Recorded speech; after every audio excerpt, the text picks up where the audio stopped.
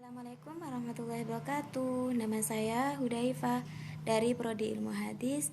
Saya dari kampus IAIN Jember, Fakultas Usuluddin Adab dan Humaniora. Di sini saya mau tentang pendekatan sosiohistoris dalam memahami hadis yang diampu oleh Bapak dosen Mahrus. Langsung saja ya. Oke. Poin A. Hadis Nabi perspektif ontologis dan epistemologis. Secara ontologis, definisi hadis memang berbeda-beda.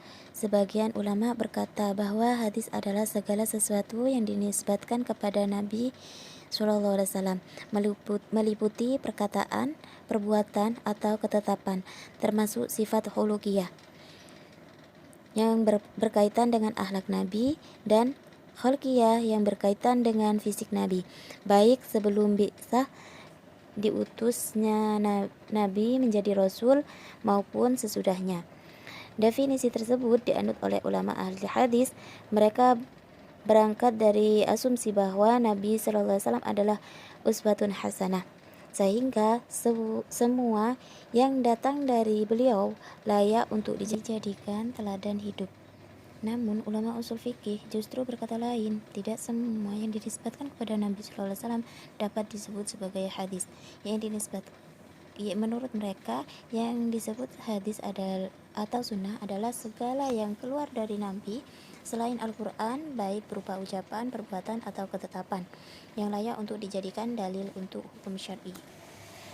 Secara epistemologis, hadis dipandang oleh mayoritas umat Islam sebagai sumber ajaran Islam kedua setelah Al-Quran, sebab ia merupakan bayan, yakni penjelasan terhadap ayat-ayat Al-Quran yang masih mujmal, yakni global, umum, dan mutlak, yaitu tanpa batasan. Bahkan secara mandiri, hadis dapat berfungsi sebagai penetap, yakni muqarrir suatu hukum yang belum ditetapkan oleh Al-Quran. Namun demikian, untuk memahami maksud suatu hadis secara baik terkadang tidak mudah, terutama ketika kita menemukan hadis-hadis yang secara tekstual terkesan tidak sejalan dengan perkembangan zaman, termasuk pula hadis-hadis yang tampak saling bertentangan. Poin B. Pendekatan sosiohistoris. Pendekatan sosiohistoris merupakan pendekatan dalam studi hadis yang ingin menggabungkan antara teks hadis sebagai fakta historis dan sekaligus sebagai fakta sosial. Sebagai fakta historis, ia harus divalidasi melalui kajian jarh wa ta'dil.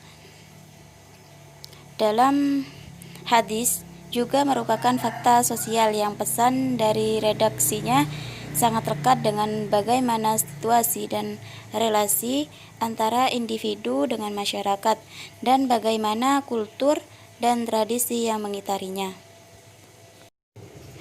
Pendeknya kata, asumsi dasar pendekatan sosiohistoris adalah bahwa hadis Nabi itu didudukkan sebagai fakta sosial yang bersifat historis, bukan sebagai doktrin yang bersifat normatif teologis. Pendekatan sosiohistoris adalah suatu upaya memahami hadis dengan cara mempertimbangkan kondisi dan konteks sosiohistoris pada saat hadis itu disampaikan oleh Nabi SAW. Pendekatan seperti itu sebenarnya sudah dirintis oleh para ulama hadis sejak dulu, yaitu dengan memunculkan ilmu asbabul wurud, yaitu ilmu yang menerangkan sebab-sebab mengapa Nabi SAW menuturkan sabdanya dan waktu menuturkannya. Hanya saja fokus kajian asbabul wurud lebih pada diskusi mengenai peristiwa-peristiwa atau pertanyaan-pertanyaan yang terjadi pada saat hadis tersebut disampaikan oleh Nabi. Biasanya asbabul wurud dijadikan sebagai salah satu pisau bedah untuk menentukan takhsis, yakni memberi ketentuan khusus terhadap ketentuan umum, membatasi yang mutlak, merinci yang global, dan menentukan ada tidaknya nas yakni pembatalan hukum, menjelaskan illah, yakni alasan ditetapkannya hukum, dan membantu menjelaskan hadis yang muskil, yakni sulit dipahami. Poin C. Aplikasi pendekatan sosiohistoris. Sebuah teori tanpa aplikasi akan dinilai omong kosong, namun aplikasi tanpa teori akan dinilai ngawur. Dengan aplikasi, diharapkan akan muncul teori baru yang mungkin tidak terwadahi oleh teori sebelumnya. Berikut ini penulis mencoba menerapkan paradigma interkoneksi dalam memahami hadis melalui pendekatan sosiohistoris. Di antaranya terbagi menjadi 3. Yang pertama, hadis larangan perempuan bepergian sendiri. Yang kedua, hadis tentang larangan melukis. Yang ketiga, hadis tentang kepemimpinan perempuan. Hadis tentang larangan melukis. Bismillahirrahmanirrahim. Yaqulu inna asyaddan nas adaban indallahi yaumal qiyamatil musawwirun. Yang artinya, Al-Humaydi telah bercerita kepada kami, yakni Al-Bukhari, Sufyan, dan Al-A'mashi telah bercerita kepada kami dari Muslim. Dia berkata, kami dulu bersama Masruk di rumah Yasar ibn Mayyir.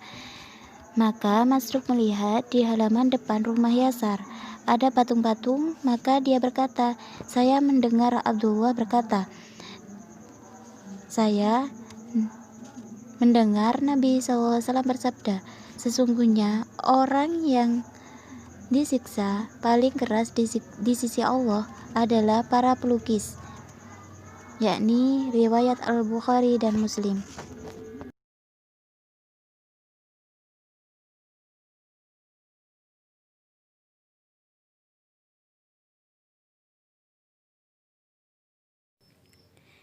Hadis tersebut diriwayatkan oleh Imam Al-Bukhari dan Imam Muslim dalam berbagai sanad dan berbagai macam redaksi yang berbeda. Namun intinya sama, yaitu sama-sama memberi syarat larangan menggambar, memajang, dan menjual, dan berisi ancaman siksa di akhirat nanti. Imam Bukhari mencatat kurang lebih 14 riwayat, sementara Imam Muslim hanya 8 riwayat. Secara tekstual, hadis tersebut memberikan pengertian mengenai larangan melukis makhluk bernyawa. Para imam mazhab bersepakat mengenai keharaman menggambar, memajang, dan menjualnya.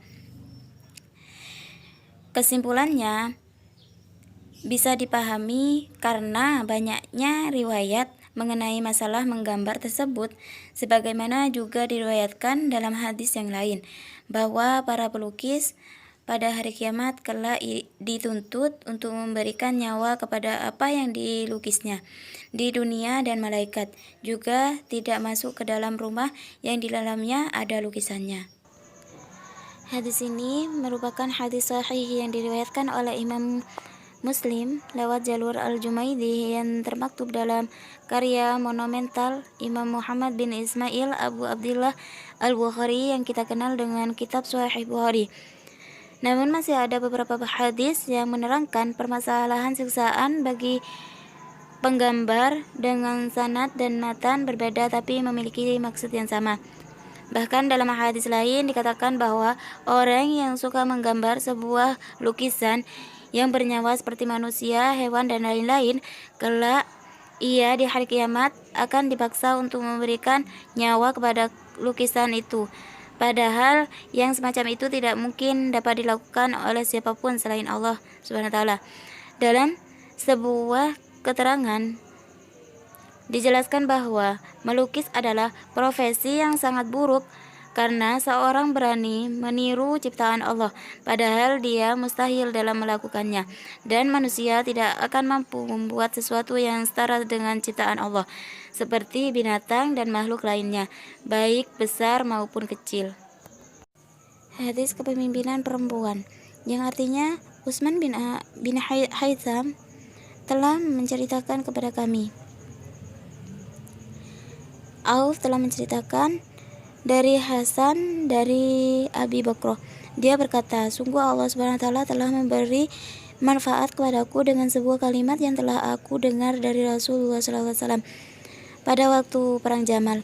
Sesudah hampir, aku bertemu dengan pasukan yang mengendarai onta yang dipimpin Aisyah. Aku pun ikut berperang bersama mereka. Dia berkata, ketika ada berita bahwa orang-orang Persia memberikan kepemimpinannya kepada binti Kisra, Nabi bersabda, tidak akan sukses suatu kaum yang menyerahkan urusannya untuk memimpin mereka kepada perempuan.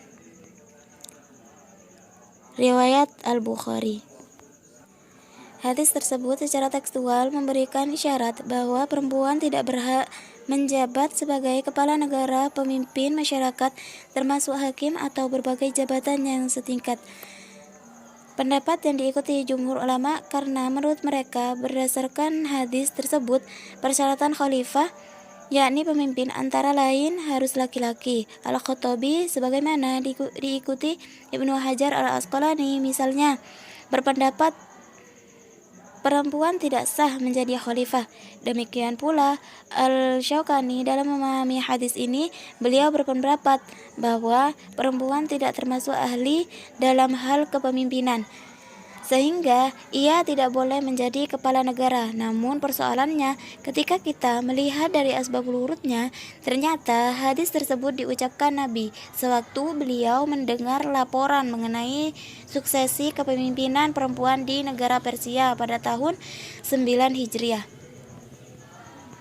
Menurut tradisi yang berlaku di Persia sebelum itu, yang diangkat kepala negara adalah seorang laki-laki, sedangkan pada tahun 9 Hijriah yang terjadi justru menyalahi tradisi biasanya, yakni mengangkat kepala negara seorang perempuan. Perempuan tersebut bernama Buaron binti Syairawaihi bin Kisra bin Barwij. Dia diangkat menjadi ratu Persia karena saudara laki-lakinya terbunuh sewaktu melakukan perebutan kekuasaan. Pada waktu itu, derajat kaum perempuan di mata masyarakat masih dipandang minor. Perempuan tidak percaya untuk mengurus masalah publik, lebih-lebih masalah kenegaraan. Sebab perempuan saat itu masih tertutup, sehingga wawasan dan pengetahuannya juga relatif masih kurang dibanding laki-laki. Seakan-akan hanya lelakilah yang cakap memimpin. Dalam kondisi sosio-historis semacam inilah Nabi sebagai orang yang memiliki kearifan masyarakat bahwa bangsa yang menyerahkan kepemimpinannya kepada perempuan tidak akan sukses, sebab bagaimana mungkin akan sukses jika pemimpinnya saja seseorang yang tidak dihargai oleh masyarakatnya. Padahal salah satu syarat ideal seorang pemimpin adalah kewibawaan, di samping mempunyai leadership yang memadai, sementara perempuan sudah dipandang tidak mempunyai leadership dan kewibawaan untuk menjadi pemimpin masyarakat. Cukup sekian presentasi dari saya, kurang lebihnya saya mohon maaf yang sebesar-besarnya. Ikhdinas siratal mustaqim. Wassalamualaikum warahmatullahi wabarakatuh.